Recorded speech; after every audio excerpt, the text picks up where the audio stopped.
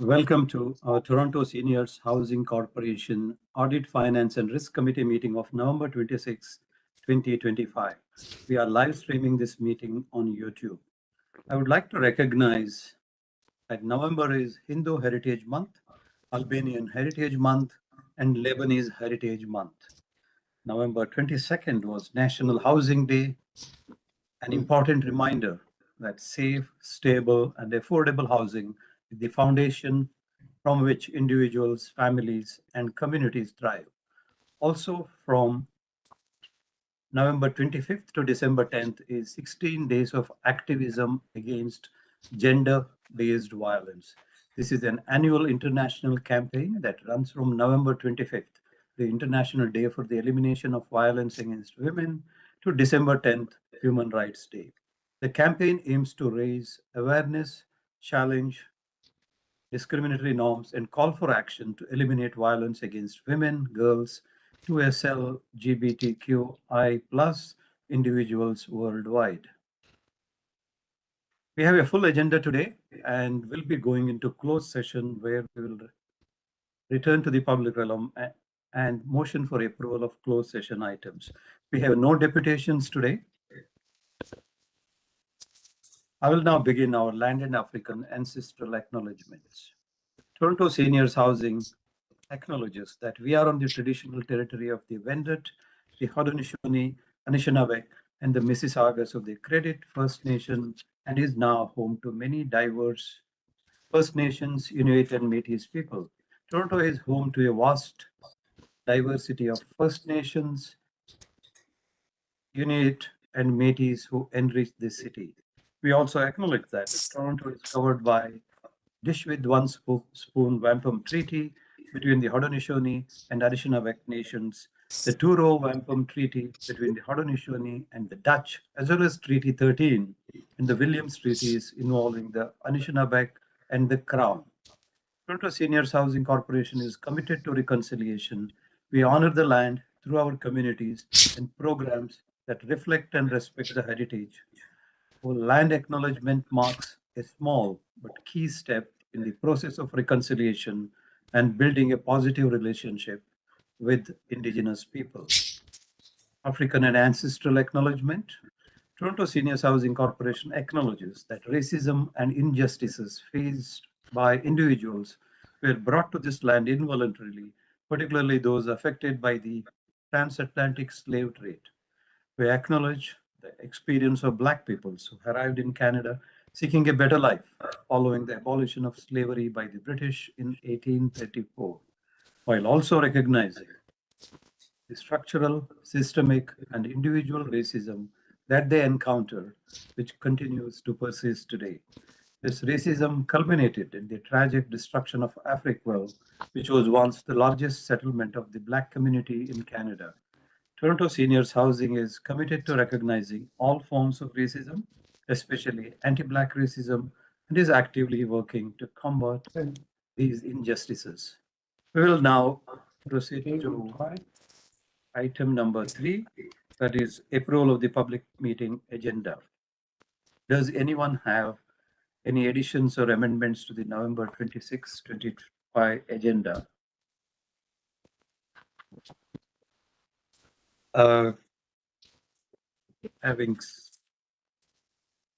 Having seen none, let us move to the next item, that is item number 4. May I call for any declaration of conflict of interest? With no conflicts having been declared, we will move on to item number 5, the approval of the AFRC public session minutes of October 16, 2025. Are there any amendments?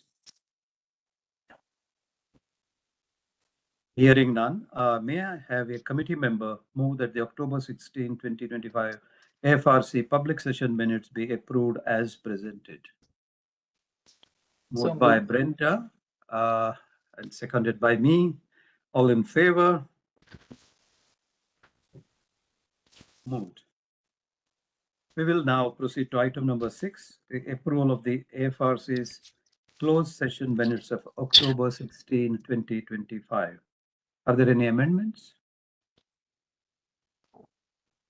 Hearing none, may I have a committee member move that the October 16, 2025 AFRC closed session minutes be approved as presented?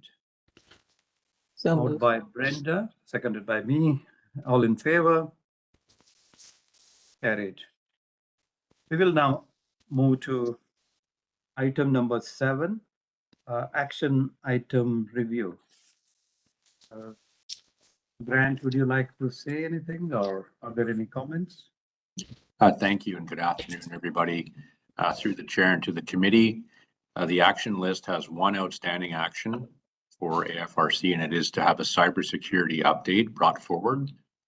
And I can let the committee know that we are working with Toronto Community Housing to bring forward that update. And we're targeting to have that, if possible, for the next AFRC meeting in January. We introduced this recently and have started discussions with TSHC on that specific date, and we will target that and bring back that update then. Thank you, Brent. Let us move to item number 8, that CEO update. Over to you, Tom. Yes, good afternoon, everyone, and through the chair to the committee. We're just going to start with, and it was recent, it was our long service awards.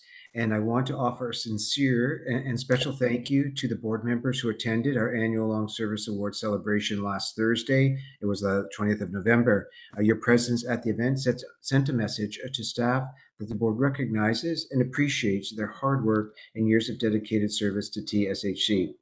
Thank you for making the time to share in that celebration. Your support for TSHC employees is crucial to our organizational success. And there are, in fact, 2 employees with 45 years of service. So it was really quite incredible. Yeah. On to also, yes, as our regional volunteer meetings. So we are pleased to invite you to attend our upcoming regional tenant volunteer meetings. And these are the final, we're combined. We usually have 4 of the regional meetings, but we're combining to have 2.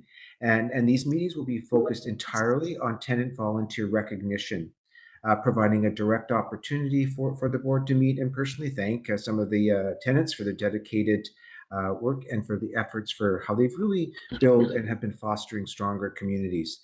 The first meeting, and we can send you these dates as a reminder as well. The first meeting is on Tuesday, December 2nd at 12 Thorncliffe Park from 11:30 a.m. to 3 p.m. with lunch served at 12:30 p.m. The second meeting is on Wednesday, December 3rd at 4455 Bathurst Street, also from 11:30 to 3 with lunch served at 12:30. And so if you can make it, it would be nice for anyone to attend. And also just finally on the tenant engagement survey, have been providing updates on that, but just pleased to say that it's being distributed this week. And the deadline for submission is for January 16th, so it does give the tenants time to respond. And those are my updates for this afternoon. Thank you, Tom. Any questions for Tom?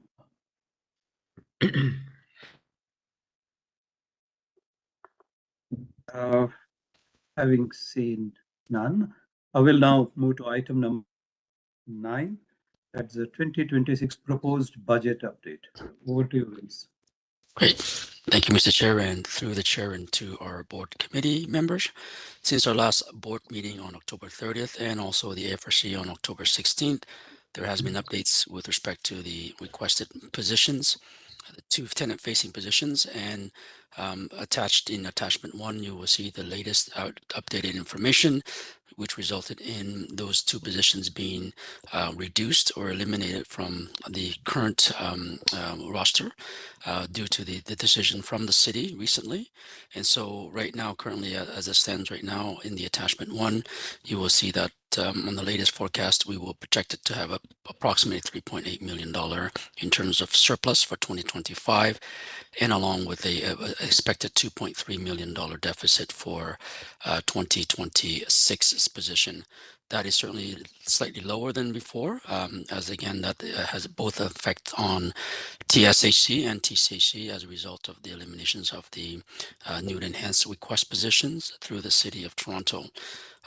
We will discuss more in the in-camera session, and I'll take any questions you may have now through the committee.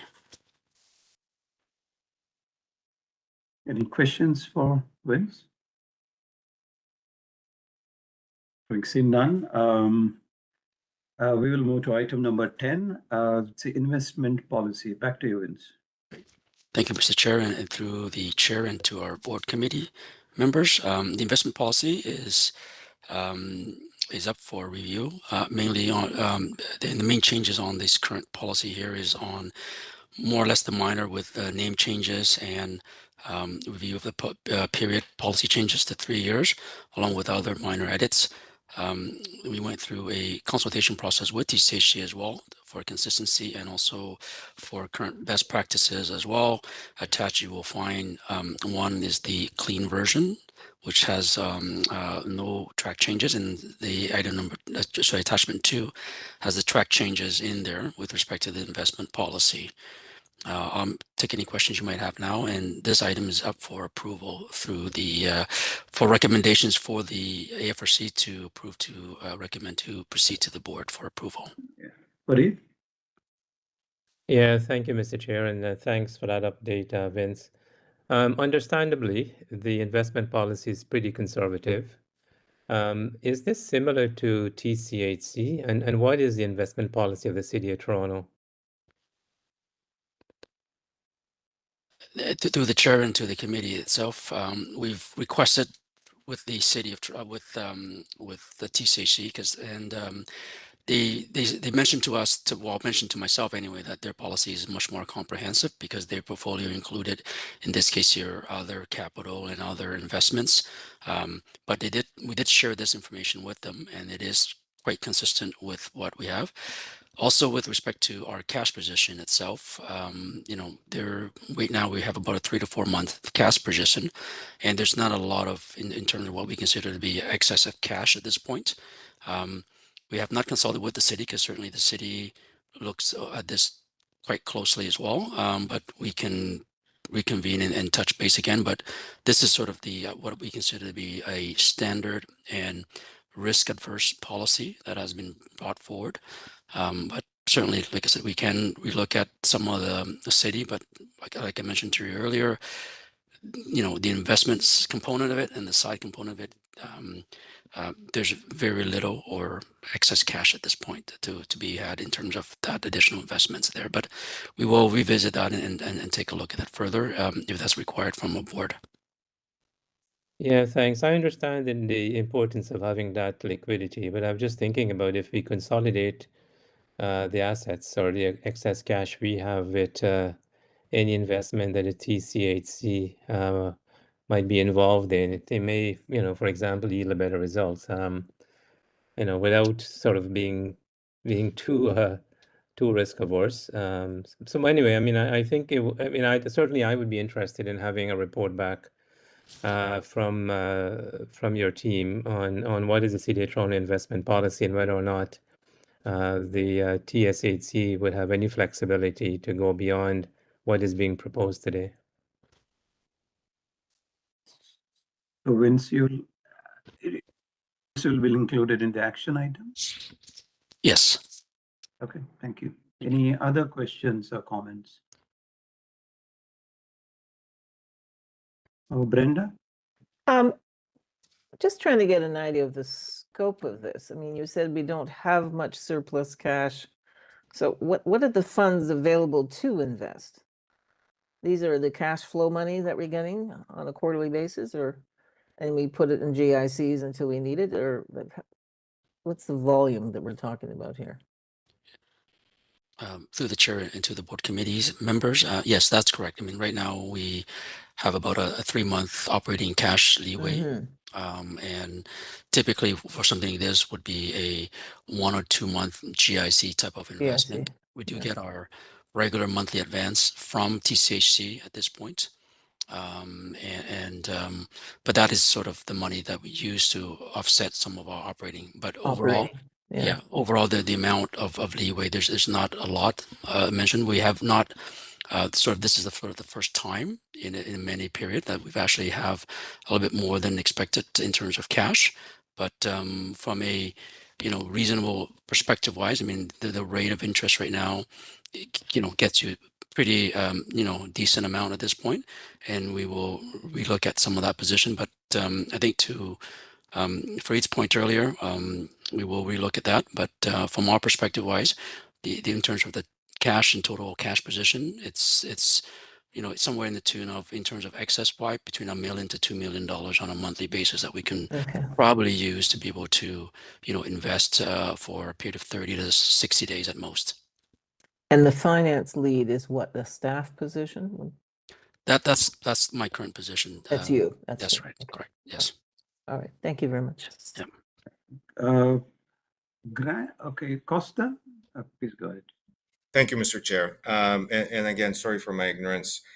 Is there a balance total with our investment portfolio, and do we get a report maybe on a quarterly basis on performance and what the return is? Through the chair and to the board committee members, yes, at this point right now, we have not made any investments at this point, but we will provide that information once we start to begin to invest, our excess funds. Year to date, or through the life of the organization, we have not invested any money yet at this point. So that's why I just want to caution that fact that we may not made it, but since moving forward, once we start using this money to invest, then we will provide on a quarterly basis some sort of reporting mechanism back to the board. Yeah, Farid? Yeah, sorry again, and this is my last point. And I think it's probably important for us to look at this within the context of the line of credit as well. Because if you're looking at having some ability to be liquid, then the situation may not be as dire if we have the ability to draw down from a line of credit. Of course, one would have to juxtapose the interest paid on that line of credit against the interest paid on the investment. But I think it is something that we should take a look at. I understand we don't have a lot of money to invest, but it might be important as a board for us to sort of have some options that we can look at, and perhaps we'll go back to the more conservative policy. But it might be good to look at what the city does with its investment, and whether or not this is an opportunity for us to either consolidate with them or with any other city agency to perhaps optimize the return.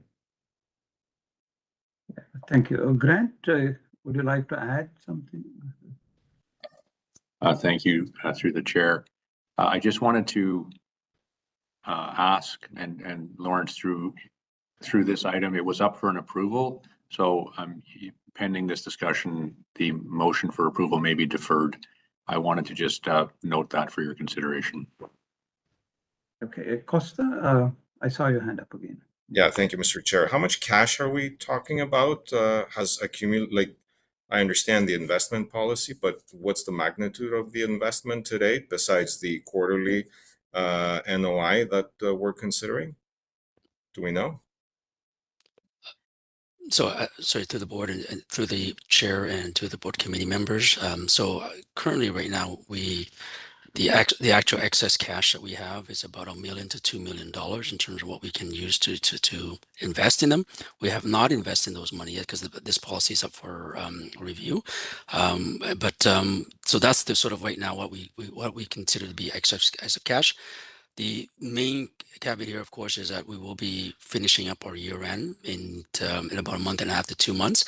Some of that money will potentially have to go back to TSHC as part of the conversations with the 2026 budget position.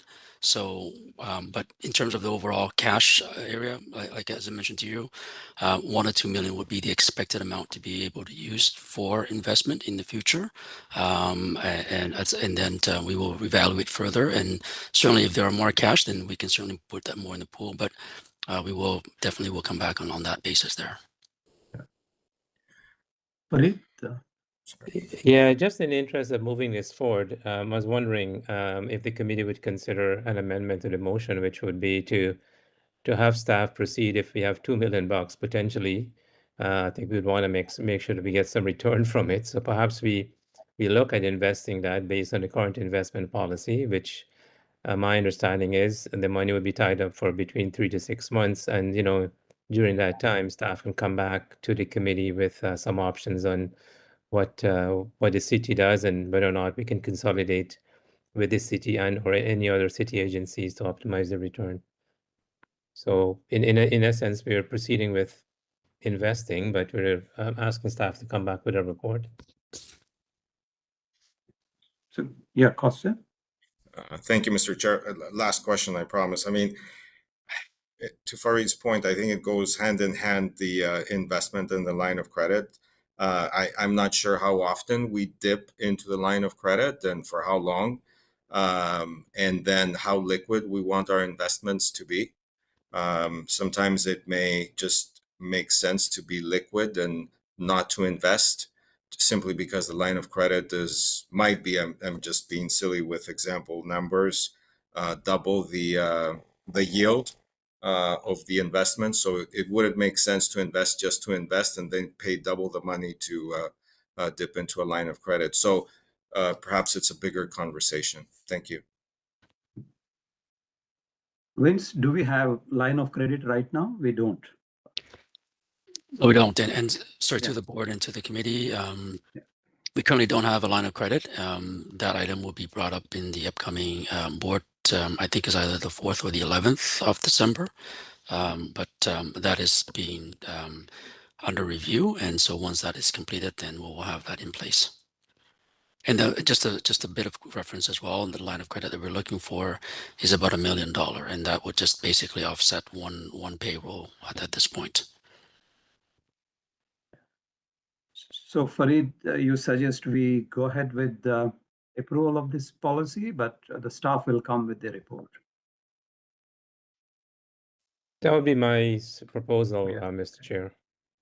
You want to amend it? I'm not quite clear. Well, my proposal would be to approve the policy Right. and to request staff report back on what other options might exist. Okay. So at that time, the board can make a decision as to whether or not it wants to change that current policy. But so Yeah. we're not sitting on cash unnecessarily, Exactly, but exactly, giving staff yeah. the ability to proceed with the investment and then come back with a more comprehensive conversation. Because Yeah, that's a to, good, to yeah. my earlier point, and I think Costa agrees with it, I think this and the line of credit discussion needs to happen in some kind of synchronicity Yeah. or coordination. Yeah, that's a good idea. And I thought we did have a line of credit, so that's news to me. Thank you. Karen, All right, shall we go ahead with the motion amended. as amended? Yeah. So we're looking for a motion to now. I motion to approve that the Audit, Finance and Risk Committee approve and recommend to the Board of Directors investment policy and bring back to the Board of Directors more comprehensive conversation and report. May I get a committee member to move that the FRC approve and recommend to the Board of Directors adopt it? Moved by Brenda and seconded by me. All in favor? Carried. Now we'll go to item number 11, business continuity update. Over to you, Grant. Thank you. Through the chair and to the committee, the report before the committee today provides an overview of the development of a business continuity plan and a corresponding business continuity policy that TSHC has completed. As one of our strategic initiatives and priorities was to put in place a business continuity or short form BCP plan for the organization to ensure continuity of operations in the event of an interruption. I want to acknowledge Shani Puvanendran, who is on the call with us here today, who contributed to this effort in the development of this plan. We worked together with MNP as well on this work as an extension of the earlier work on the enterprise risk management dashboard and associated components. In the business continuity plan before the committee today, and there's a presentation attached, there is an overview of how the plan was developed. The focus in the plan is on ensuring critical services are available in the event of a major disruption. Of course, the goal in all of this is to protect tenants, staff, and any external parties while ensuring that essential services continue. The plan has steps to take in the event of a disruption. It identifies escalation paths and how to evaluate and approach the response. It also identifies time-sensitive processes across departments, resources required, and recovery actions that would be necessary. The intent is to review the plan annually. The business continuity plan, in terms of some of the aspects associated with it, it is a fairly detailed document that we could provide to the committee or board if that is desired. It's quite a long document. The process within which the plan outlines includes how it would be, how we would activate the plan.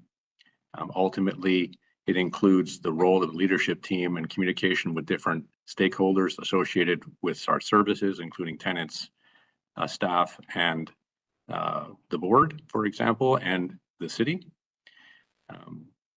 The critical business processes are included on one of the slides in the attachment, so you get a sense of what was identified through the process in developing the plan. On the policy is a fairly simple policy that establishes the practices that ultimately define our business continuity plan and program. It distinguishes, for example, the difference between the business continuity plan and emergency response procedures, which is a separate document that is actually jointly developed with TSHC. The policy also outlines the role for the CEO and different staff within TSHC and includes aspects around the commitment to develop the program, to maintain the program, to ensure that we have a plan in place to manage towards critical business functions with appropriate response plans, to ensure employee awareness on this, and that we will have periodic audits of the plan. I also want to note for the committee's information that this business continuity plan is a TSHC specific plan. So we worked through all the different departments in TSHC in the development of the plan. You'll see that there was a business impact assessment component and then the actual business recovery component.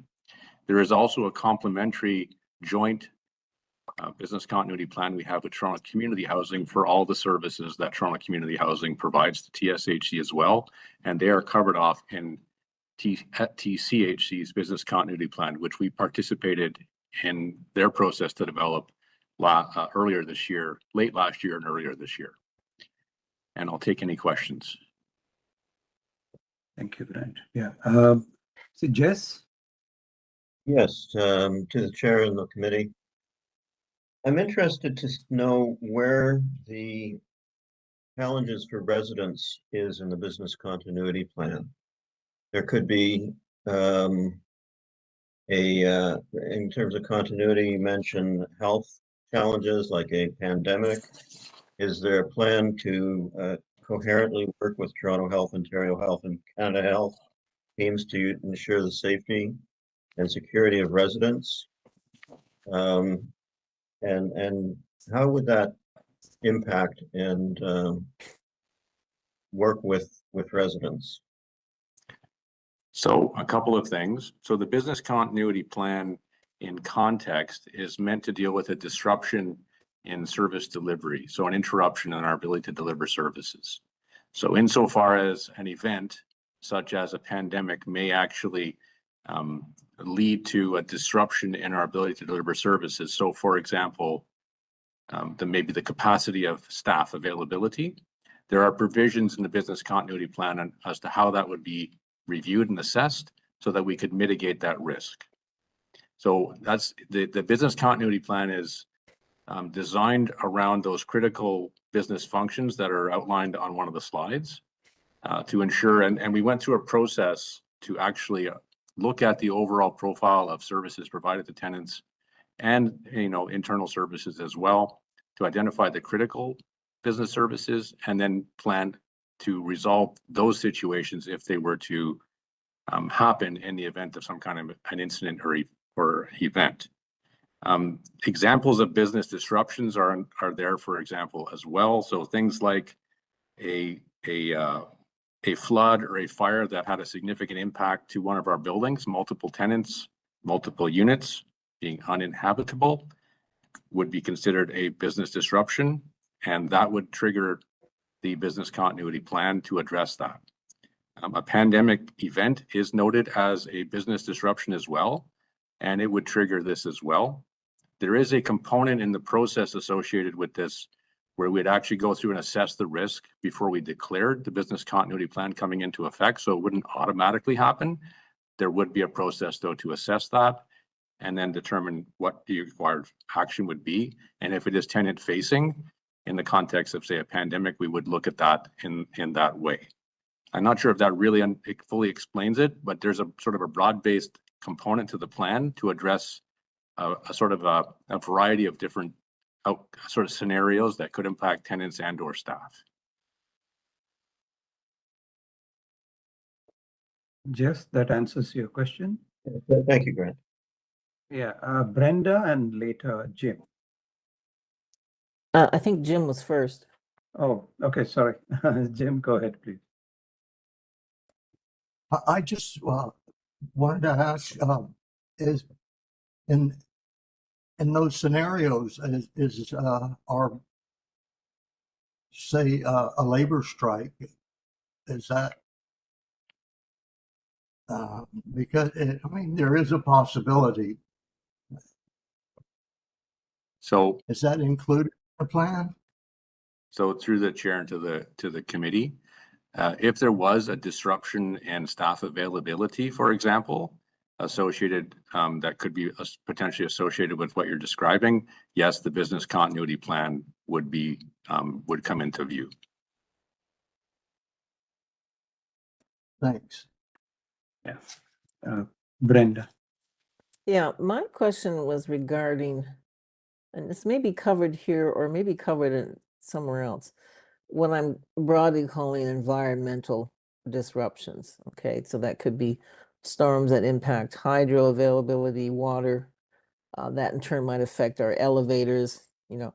So I don't know if we have a discrete environmental plan or not, or would it be covered under something like this? So through the chair and to the committee, if there was an incident that caused an interruption associated with the delivery of our services, yeah, then that may, depending on the nature of that incident and the scope of the impact, that may trigger the business continuity plan to be put into effect to respond to an incident. But from an overall enterprise risk management perspective associated with those types of risks that you're identifying, that is something that is included in our enterprise risk management framework, including the risk dashboard. So we do look at it in the context of a risk. This particular plan is more specific to what we would do in the event of an incident and recovery. Okay, so my suggestion or thought is at some point, whether it's here or whether it's your risk management, we need to start, I mean, not that I'm a big environmentalist, as many people will know, but I think we have to start acknowledging that these are going to have more and more severe weather events, heat event, flooding, whatever, fill in the blank. But I think that's going to become a feature going forward. And I just want to make sure that at some location in our organization, we're looking at that and how to recover or adapt from it. That was my main thought. Thank you. Tom? Yes, sorry, through the chair to me, I would just like to add to it in the context of the business, like your business continuity plan, there is also, right, our emergency response plan, right? Yeah. So right at the moment of time, if there's something kind of like climate related, micro storm type thing, you have your emergency response, then business continuity kind of kicks in. So one plays with the other, and I think as Grant said, both have been developed with in kind of consultation with TSHC as required, and certainly reflection on the city's actions and their policies and practices. Thanks. So would we be waiting to be in tandem with them, or would we be independently doing something?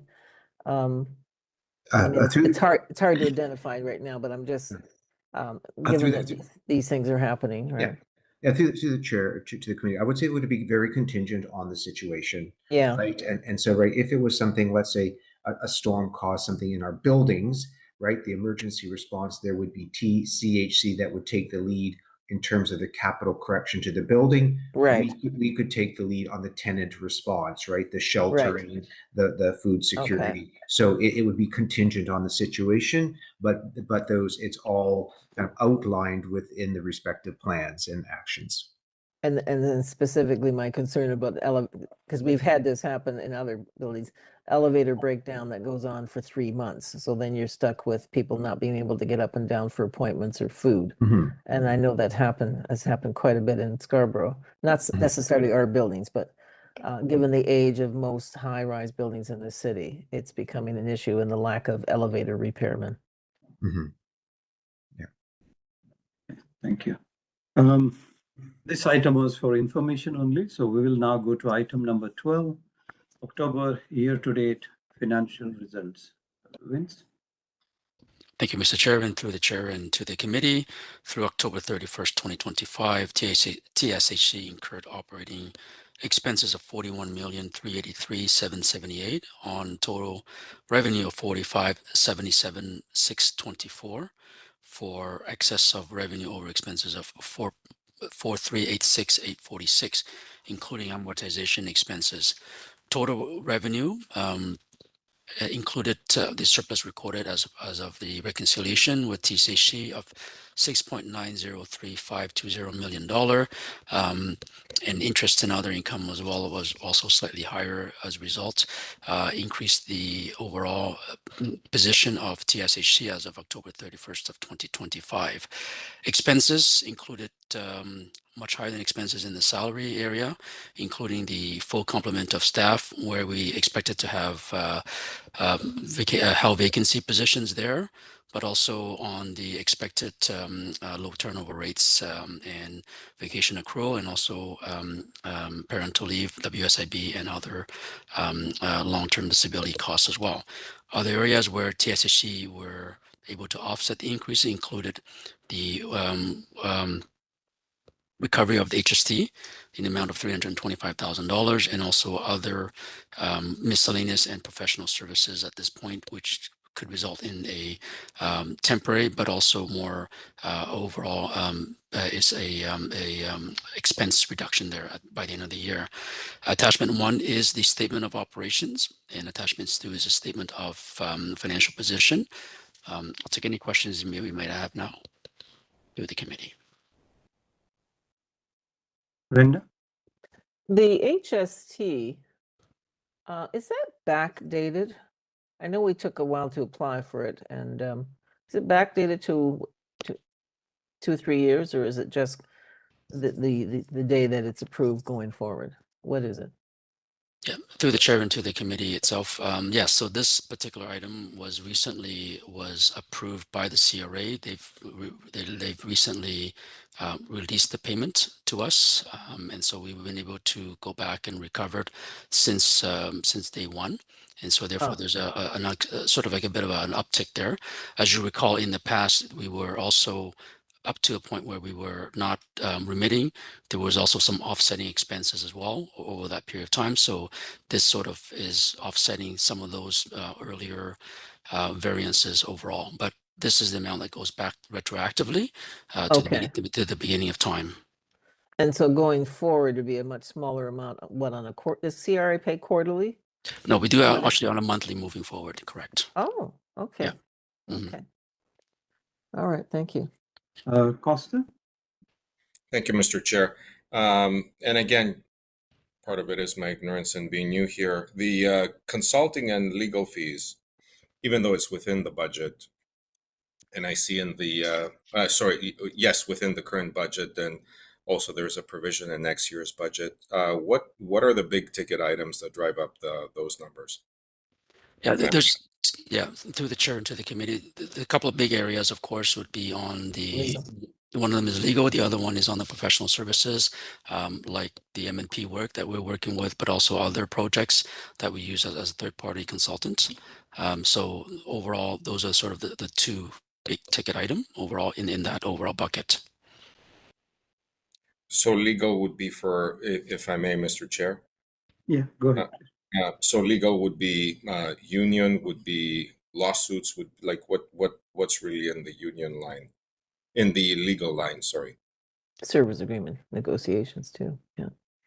Yeah, so through the chair and through the committee. And so right now, anything to do with union negotiation, and that is sort of one of the bigger ticket item at this point. And so that is included in that one, but also anything to do with the agreements that we might have with other agencies, including the RHRA as well, along with, in our case here, some of the transition agreement, and also on the service delivery agreement will be also included as part of those overall legal costs as well. Tom? Yes, through the chair to the committee, and to Pasta's question, I think more specifically, I think what you'll see in 2025, there are two key significant legal costs relating to the work that we're currently doing around our transition agreement and updating that agreement. And the second one is around labor negotiations, right? So I think, it was something like 150, if I recall, for QP 416, and then we're currently negotiating with Union 79. So for this year, that was a significant amount of the consultant and legal fees. And then so I think once we're moving into 2026, as we have kind of more typically used the consultants, they've helped us in some of our strategic planning work around our enterprise risk management, support staff in that work, and then also in the area of labor, if we have any areas of kind of contention with within our labor areas, with working with our tenants or coming to agreements with partners, that's where we would see those kind of ongoing consultant and legal costs. And we don't have legal counsel in-house or on our payroll. We don't. And Yeah, Costa? Mr. Chair, is legal on an hourly fee for union negotiation, or is it a contract, all inclusive? If I may, through the chair and to the committee, Yes, the legal Chair. fees are an hourly rate. So it really depends on for how long we are negotiating, if there's doc review, various items such as that. Okay. Just a personal, and again, I could be out of line. It's I saw the number quite high. Again, it has to do with how many employees and how many years. And in my experience, usually we hire consultants that are all inclusive to do collective bargaining. And then legal per hour is for anything extraordinary, whether it's grievances, arbitrations, whatnot. Otherwise, if it's not an all-inclusive package that will take you through negotiations, they can write their own check, basically. So through the chair and to the committee, the law firm that we are working with is the same law firm that the city had worked with during their negotiation process, and the same one that TCHC works with. We typically, from at least a people and culture perspective, work with that law firm, and the fees are quite nominal. But this year, we've had 2 collective agreements to review, and so they are quite familiar with the work and the work environment. So, but I assure you that we review our billing, and I haven't seen any anomalies to date. Thank you. Now we'll go to item number 13, to have a motion to move into a closed session. May I ask a committee member to move that we transfer into closed session under TSHC bylaws? Brenda, moved by Brenda, seconded by me. All in favor? Carried.